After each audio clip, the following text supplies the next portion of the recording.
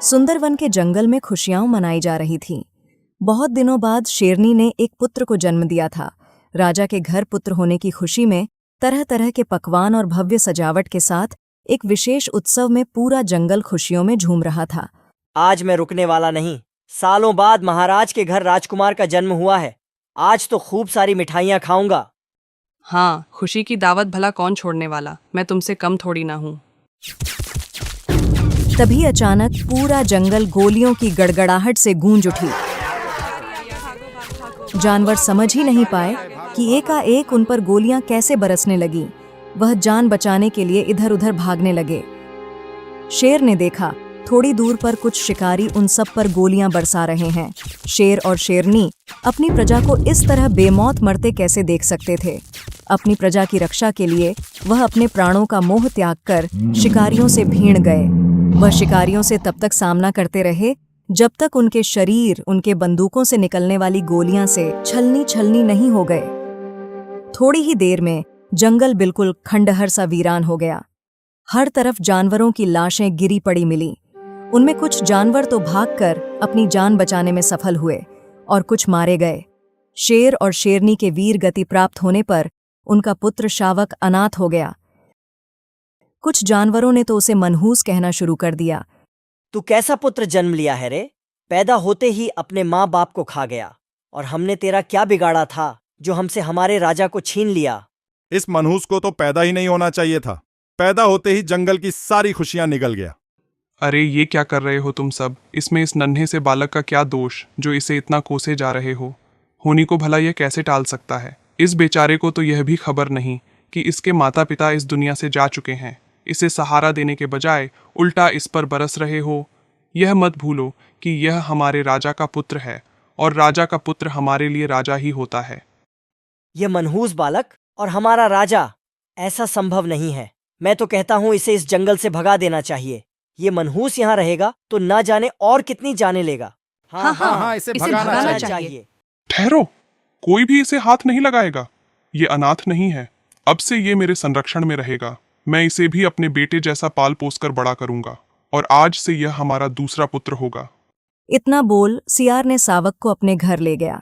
सियारिन भी नन्हे सावक को अपने बेटे के रूप में पाकर बहुत खुश हुई। उसने अपने बच्चों के साथ सावक को भी उसी लाड़ प्यार से पालने का निश्चय किया। सावक सियारिन का दूध पीकर बड़ा होने लगा।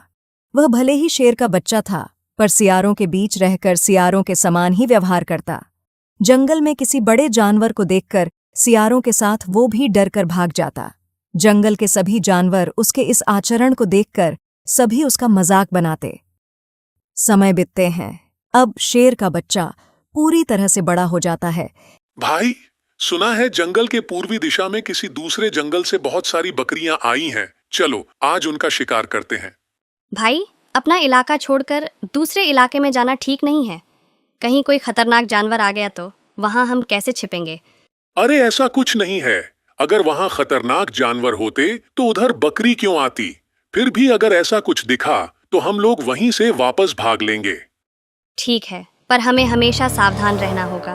अनजान जगह पर हमला कहीं से भी हो सकता है। ऐसा बोल सियार और शेर के बच्चे पूर्व दिशा की ओर निकलते हैं। वहां पहुंचते ही उन्हें दो सियार दिखे। सियार को देख, ये तो हमारे ही प्रजाति के सियार हैं। चलो इनसे दोस्ती करते हैं। हाँ, हो सकता है इनसे हमें शिकार पकड़ने में मदद मिल जाए। दोस्त, मैं भी इसी जंगल का वासी हूँ और तुम्हारे इलाके में पहली बार आया हूँ। क्या तुम मुझसे दोस्ती करोगे? सियार पीछे पलटता है तो सामने शेर को देख उसके होश उड़ जाते हैं और वह भागना चालू कर देता है। शेर भागो, शेर, शेर भागो, भागो, शेर भागो, भागो, शेर। सियार को ऐसे डर के भागते देख शेर के बच्चे को बहुत आश्चर्य होता है और घर आकर अपने सियारिन माँ को सारी बात बताता है। बेटा, उस सियार का तुमसे डर के भागना, इसमें कोई आश्चर्य की बात नहीं है। वास्तव में तू एक शेर का ही बेटा है। तेरे जन्म के बाद जंगल में खुशियां मनाई जा रही थीं। उसी समय शिकारियों के द्वारा हुए अचानक हमलों में हम जंगल वासियों की रक्षा के लिए लड़ाई लड़ते लड़ते तेरे माता पिता वीरगति को प्राप्त हो गए। तेरे माता पिता के शहीद होने के बाद मैंने तुझे अपने बेटे की तरह पाला और अपना दूध पिलाया। हमारे बीच रहकर तू खुद को एक सियार और मुझे अपनी माँ मानने लगा। माँ, मेरा जन्म भले ही शेर के कुल में हुआ हो, परंतु माँ का प्यार मुझे तुम ही ने दिया है। तुम्हारे ही गोद में मैं बड़ा हुआ। जब से मेरी आंखें खुली, माँ के रूप में मुझे तुम ही दिखी। जन्म देने वाली माँ को मैं नहीं जानता, इतना जानता हूँ जो मेरे सामने है वही मेरी माँ है। अभी शेर का बच्चा अपने माँ से बात कर ही रहा था, तब तक जंगल में भगदड़ मच गई और गोलियां चलने लगी। शिकारी आ गए, भागो भागो।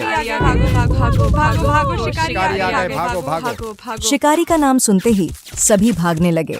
साथ में डर के मारे शेर का बच्चा भी भागने लगा। भागते भागते उसे प्यास लगी। एक तालाब के किनारे पहुंचकर जैसे ही वह पानी पीने लगा, अचानक उसकी निगाह पानी में पड़ रही अपनी परछाई पर पड़ी। परछाई देखते ही उसे एक बहादुर शेर का बेटा होने का याद आता है और उसे अपने अंदर एक शक्ति के संचार होने का एहसास होता है। मैं एक शेर होते हुए भी अब तक सियारों जैसे डरते आ रहा था। इसका मुझे बहुत पश्चाताप हो रहा है। यही मौका है अपने माता पिता के दुश्मनों से बदला लेने का। बदले की आग में जलता शेर पूरी शक्ति के साथ शिकारियों पर आक्रमण कर दिया। शिकारी इस हमले के लिए तैयार नहीं थे। बहादुर शेर को सामने देख उनके तो होश ही उड़ गए। देखते ही देखते शेर ने शिकारियों को मौत के घाट उतार दिया। आज उन शिकारियों को मारकर उसने अपने माता पिता के खून का बदला ले लिया। जंगल के सभी जानवरों ने बहादुर शेर को सिर आंखों पर बिठाया और एक ही स्वर में सभी ने उसे अपना राजा घोषित कर दिया। दिलारपुर के जंगल में एक सियार रहता था। उसे शराब पीने का बहुत शौक था। वह हमेशा नशे में धुत होकर लड़खड़ाते हुए जंगल में इधर उधर घूमता रहता। जंगल के जानवरों को गाली देता और उनसे झगड़ा करता। यदि कोई जानवर उसे समझाना चाहता तो उसका जवाब होता, तुम सब मुझे समझा रहे हो, चलो जाओ जाओ अपना काम करो। न आगे अड़ा न पीछे खड़ा, जो पी के पड़ा वो सबसे बड़ा। बेवड़े सियार के इस हरकत के वजह से जंगल का कोई भी जानवर उससे बात करना पसंद नहीं करता और सभी उससे दूरियां बनाकर ही रहते थे। एक दिन सारे जानवर सियार की शिकायत लेकर शेर के पास गए। महाराज, आपके राज्य में सब कुशल मंगल चल रहा है, सिवाय एक समस्या के।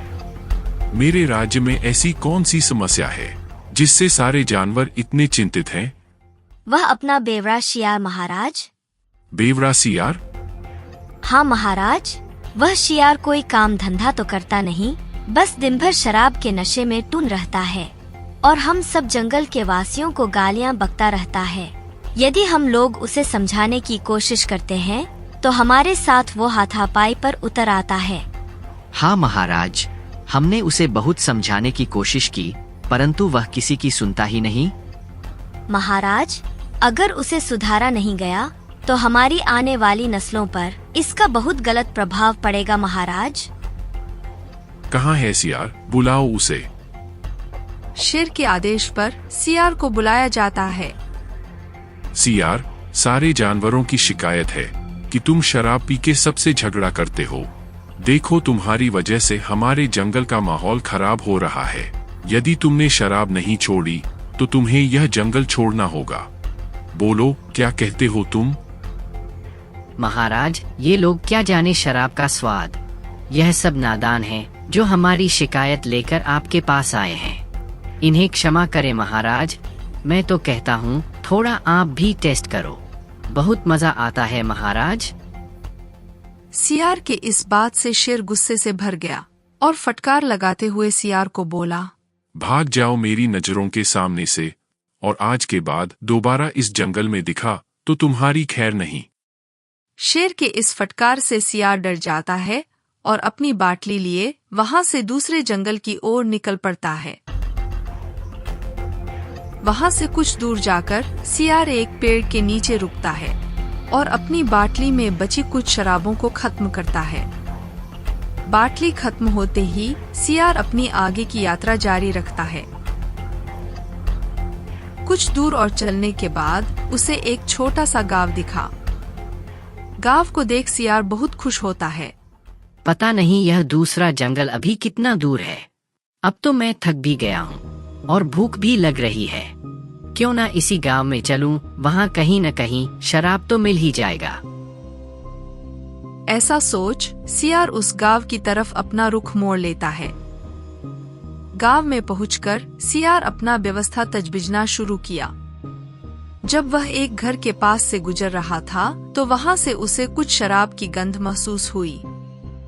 लगता है इस घर में मेरी तलाश खत्म हो जाएगी, परंतु घर में घुसूं कैसे, कहीं लेने के देने न पड़ जाए। इधर सियार को डर भी लग रहा था, परंतु डर पर उसकी लालच हावी हो रही थी। वह हिम्मत बांध के दबे पाव घर के दरवाजे से झांक कर देखा तो वहां एक बुढ़िया गहरी नींद में सो रही थी और उसके सर के पास ही एक शराब की बाटली रखी हुई थी। मौका देखकर सियार अंदर गया और बाटली अपने मुंह में दबाया और गांव से बाहर निकल गया। बाहर निकलकर उसने बिना देर किए शराब पीनी शुरू कर दी। जल्दी ही उसने पूरी बाटली खत्म कर दी और नशे में धुत हो गया। अब उसे कहाँ जाना है यह भूल गया और लड़खड़ाते हुए वह जंगल में इधर उधर भटकने लगा। तभी उसे एक शेर दिखाई दिया। शेर को देखकर, हाँ, मालूम पड़ता है सामने कोई शेर दिखाई पड़ रहा है। आने दो शेर के बच्चे को, देख लूंगा। तब तक शेर उसके नजदीक आ जाता है। शेर ने उसे लड़खड़ाते हुए देखा तो गरज कर बोला, कौन है तू और यहाँ क्या कर रहा है बेवड़े? सियार ने हिम्मत करके जवाब दिया, मैं जंगल का सबसे बहादुर सियार हूँ, मुझे कोई हरा नहीं सकता। अच्छा, ऐसी बात है तो आओ मुझसे मुकाबला करके देख लो। बेवड़ा सियार नशे में था और उसकी बुद्धि काम नहीं कर रही थी। उसने शेर की चुनौती स्वीकार कर ली। उसने शेर पर झपट्टा मारने की कोशिश की, लेकिन नशे के कारण वह ठीक से खड़ा भी नहीं हो पा रहा था। इतने में शेर ने उसे खींचकर एक जोरदार पंजा मारा और वह कुछ दूर जाकर गिरा। जमीन पर गिरते ही सियार की सारी नशा वहीं उतर गई। वह हक्का बक्का होकर शेर का ही मुंह देखता रह गया। अब उसे समझ में आ गया कि उसने कितनी बड़ी गलती कर दी है। फिर शेर ने उसे चेतावनी दी, अगर दोबारा यहाँ दिखे तो जान से मार दूंगा। इतना सुनते ही बेवड़ा सियार अपनी जान बचाकर वहाँ से भागा। भागते भागते सियार एक पेड़ के नीचे जाकर बैठा। अब उसे बहुत शर्मिंदगी महसूस हो रही थी। मेरी इस नशे की आदत ने आज मेरी जान खतरे में डाल दी। वह तो अच्छा हुआ कि उसने मेरी जान बख्श दी। अगर समय रहते मैंने इसे नहीं छोड़ा तो एक दिन मैं मारा जाऊंगा। आज से मैं शराब को हाथ नहीं लगाऊंगा। उस दिन के बाद से बेवड़ा सियार ने शराब पीना छोड़ दिया। उसने अपनी गलती से सबक लिया और जंगल के जानवरों से माफी मांगी। धीरे धीरे सभी जानवरों ने उसे माफ कर दिया और वह सबके साथ खुशी खुशी रहने लगा।